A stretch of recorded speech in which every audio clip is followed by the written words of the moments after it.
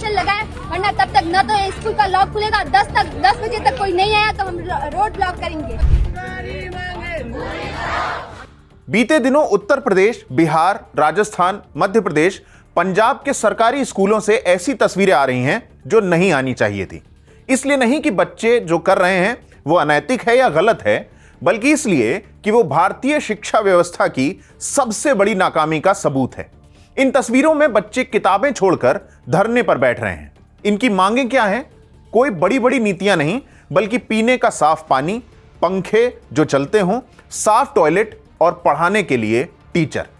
नमस्ते, मेरा नाम है केतन और आप देख रहे हैं Indian express Hindi. Gen Z protest के बाद जंतर मंतर की तो किलेबंदी कर दी गई, लेकिन जेन अल्फा ने अपने स्कूलों की चारदीवारी के अंदर ही मोर्चा खोल दिया। 2010 से 2024 के बीच जन्मी हुई इस जेन अल्फा पीढ़ी की उम्र 2026 में महज 1 से 16 साल के बीच है। युवा और किशोरवय पीढ़ियों को जब हम जेन-ज़ी या अल्फा सरीखे नाम देते हैं तो पूरी पीढ़ी से एक कूल पना जोड़ देते हैं, लेकिन इनकी जमीनी परिस्थितियां कूल शब्द की परिभाषा से कोसों दूर हैं। उत्तर प्रदेश के फतेहपुर से आ रही तस्वीरों को ही देख लीजिए। यहां के सर्वोदय इंटर कॉलेज में कक्षा 6 से 12 तक के करीब 1500 बच्चे अचानक स्कूल परिसर में ही धरने पर बैठ गए। पूरे 6 घंटे तक चले धरने पर बैठे बच्चों का कहना था कि कड़कड़ाती गर्मी में क्लासरूम में न पंखे चलते हैं और न बिजली आती है। पीने के पानी के लिए लगा हैंडपंप खराब है।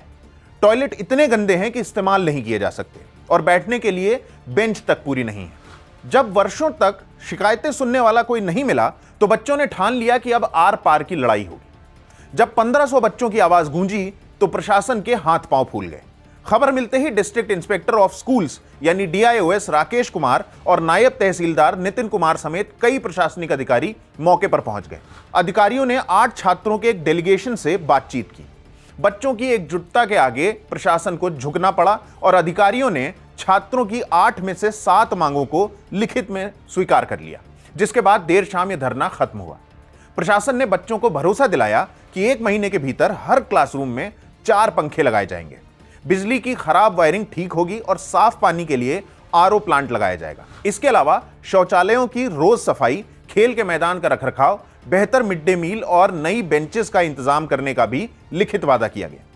केवल एक मांग साइंस स्ट्रीम शुरू करने की थी, जो तुरंत मंजूर नहीं हुई। इसके लिए राज्य सरकार को प्रस्तावना भेजने की बात कही गई।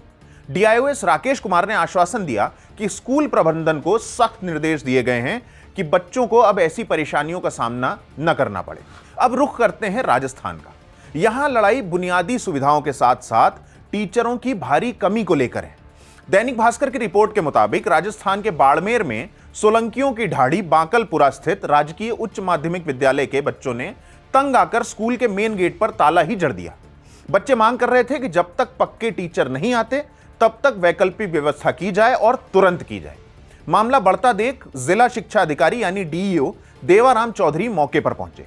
करीब 2 घंटे की बातचीत के बाद 3 टीचर्स को तुरंत शिक्षण व्यवस्था में लगाने और जल्द विषयवार टीचर्स की नियुक्ति का आश्वासन मिलने पर ही बच्चों ने धरना खत्म किया। वहीं जालोर के मेगलवा गांव में PM श्री राजकीय उच्च माध्यमिक विद्यालय के बाहर बच्चों ने जमकर नारेबाजी की।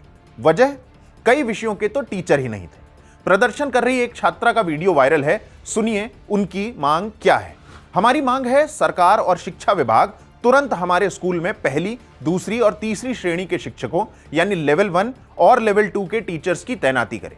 मौजूदा स्टाफ इतना कम है कि वे पढ़ाई छोड़ प्रशासनिक कामों में ही उलझे रहते हैं। इस छात्रा का video CJP founder Abhijit Dipke ने X पर शेयर करते हुए लिखा, मेरा देश बदल रहा है, इन बच्चों को सलाम, यही हमारा भविष्य है।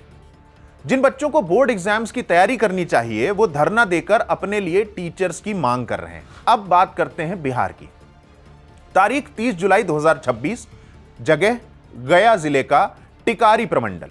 इंडियन एक्सप्रेस की रिपोर्ट के मुताबिक यहां सिमुआरा मिडिल स्कूल के कक्षा 6 से 8 तक के 40 से ज्यादा बच्चे करीब 4 किलोमीटर की पैदल दूरी तय करके सीधे टिकारी SDO ऑफिस पहुंच गए। इन बच्चों की शिकायतें थीं मिड डे मील की घटिया क्वालिटी, पीने के साफ पानी और टॉयलेट की बदहाली, साथ ही क्लासरूम में बिजली और पंखे न होना, बच्चों को समय पर यूनिफॉर्म न मिलना और कुल मिलाकर पढ़ाई व स्कूल के इंफ्रास्ट्रक्चर का पूरी तरह ठप होना शामिल था। ऑफिस पहुंचकर बच्चों की जिद थी कि वे किसी छोटे अधिकारी से नहीं बल्कि सीधे टिकारी के SDM प्रवीण कुंदन से ही मिलेंगे। एसडीएम ने बच्चों की बात सुनी और हेडमास्टर को 5 दिनों के भीतर सारी व्यवस्था सुधारने का अल्टीमेटम दे दिया। 3 अधिकारियों की एक जांच टीम भी बना दी गई। यह गुस्सा सिर्फ यूपी, बिहार और राजस्थान तक सीमित नहीं है, अब पंजाब और मध्य प्रदेश से भी ऐसी ही तस्वीरें आई हैं। पटियाला जिले के शुतराणा विधानसभा क्षेत्र में आने वाले साधारणपुर गांव के सरकारी मिडिल स्कूल में प्रदर्शन हुए। बच्चों ने टीचर्स की भारी कमी के चलते पढ़ाई ठप होने से परेशान होकर स्कूल के बाहर धरना दे दिया। वहीं मध्य प्रदेश के छिंदवाड़ा जिले के तामिया एकलव्य आदर्श आवासीय विद्यालय में हॉस्टल में लंबे समय से मिल रहे खराब और घटिया खाने से परेशान स्टूडेंट्स तेज बारिश के बावजूद स्कूल परिसर में ही धरने पर बैठ गए। कई बार शिकायत के बाद भी जब प्रबंधन ने कोई ध्यान नहीं दिया तो बच्चों ने कहा कि जब तक कलेक्टर खुद आकर हमारी बात नहीं सुनेंगे तब तक यह धरना खत्म नहीं किया जाएगा। एक तरफ हमारे देश में शिक्षा का अधिकार कानून है, यह 6 से 14 साल तक के हर बच्चे को मुफ्त और अनिवार्य शिक्षा की कानूनी गारंटी देता है। लेकिन सिर्फ शिक्षा की ही गारंटी नहीं, इसके तहत स्कूलों में पीने का साफ पानी, छात्र छात्राओं के लिए अलग अलग टॉयलेट्स, पर्याप्त टीचर्स और पढ़ाई के सही माहौल का भी प्रावधान है। इतना ही नहीं, गाजे बाजे के साथ लाई गई भारत की राष्ट्रीय शिक्षा नीति 2020 डिजिटल क्लासरूम, कोडिंग और वर्ल्ड क्लास एजुकेशन की बात करती है। वहीं दूसरी तरफ जमीनी हकीकत यह है कि आज भी देश के बच्चों को एक चलते हुए पंखे, साफ पानी और एक टीचर के लिए सड़कों पर उतरना पड़ रहा है। राजेश जोशी की एक बड़ी मशहूर कविता है जिसकी पंक्तियां हैं, बच्चे काम पर जा रहे हैं। हमारे समय की सबसे भयानक पंक्ति है यह।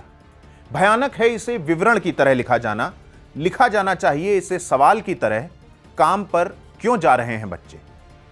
किताबें, खिलौने और खेल के मैदान छोड़कर धरने पर बैठे बच्चों की बात को भी संभवतः खबर की तरह बताया नहीं बल्कि सवाल की तरह पूछा जाना चाहिए कि देश के सबसे छोटे नागरिक सड़कों पर उतरने को मजबूर क्यों हुए।